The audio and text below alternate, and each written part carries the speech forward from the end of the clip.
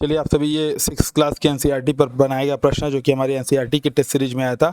जल्दी से इस प्रश्न का उत्तर बताइए। प्रश्न है, चोल साम्राज्य में वेट्टी और कदमाई शब्द किस संदर्भ में प्रयुक्त होते थे? जो चोला एम्पायर था उसमें वेट्टी और कदमाई जो है किस कॉन्टेक्स्ट में यूज होते थे? तो आपके ऑप्शन हैं बलाश्रम, भू राजस्व, सैन्य सरदार थे या किसान थे, प्रशासनिक अधिकारी एवं कारीगर थे, व्यापारी एवं सामान्य जन थे। तो कमेंट करके बताइए ये फोर्स लेबर या लैंड रेवेन्यू रेस्पेक्टिवली इसकी संदर्भ में बात कर रहा है, या मिलिट्री जो है चीफ हैं उसके बारे में बात कर रहा है, फार्मर्स हैं उसके बारे में बात कर रहा है, इसके अलावा एडमिनिस्ट्रेटिव ऑफिसर्स और आर्टिशियंस हैं उसके बारे में बात कर रहा है, या मर्चेंट और कॉमन पीपल हैं। ध्यान दीजिएगा, तमिलनाडु के एरिया में ये चोल शासन करते थे।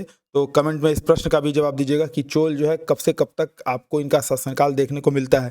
ठीक है, अब बात करना इसके उत्तर की। तो चोल वंश का जो अभिलेख मिलता है हमको, उसमें लगभग 400 से ज़्यादा करों के प्रकार मिलते हैं।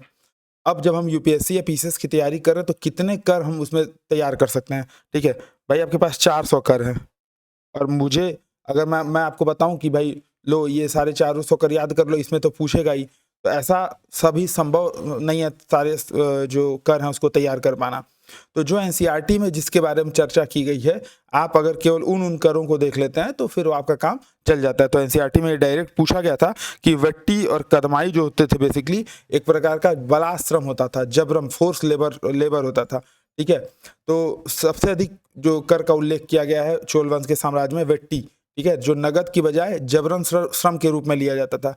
यानी कि ये ऐसा कर था, एक प्रकार का कर था जिसको आप मतलब जो भी आपके शासक थे उनको देना पड़ता था और बलात् श्रम के रूप में देना पड़ता था। वही जो कदमाई थे, कदमाई जो है वो टैक्स रेवेन्यू था, ठीक है, मतलब लैंड रेवेन्यू था, सॉरी, तो भू राजस्व थे।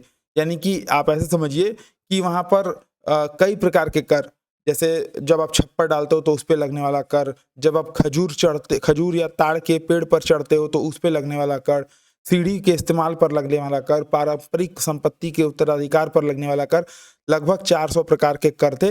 लेकिन हमको उसमें से वही तैयार करना है जो हमारी एनसीईआरटी में दिया हुआ है, जिसमें जैसे एक प्रमुख है वेट्टी और कदमाई। तो इसका सही जवाब है विकल्प ए।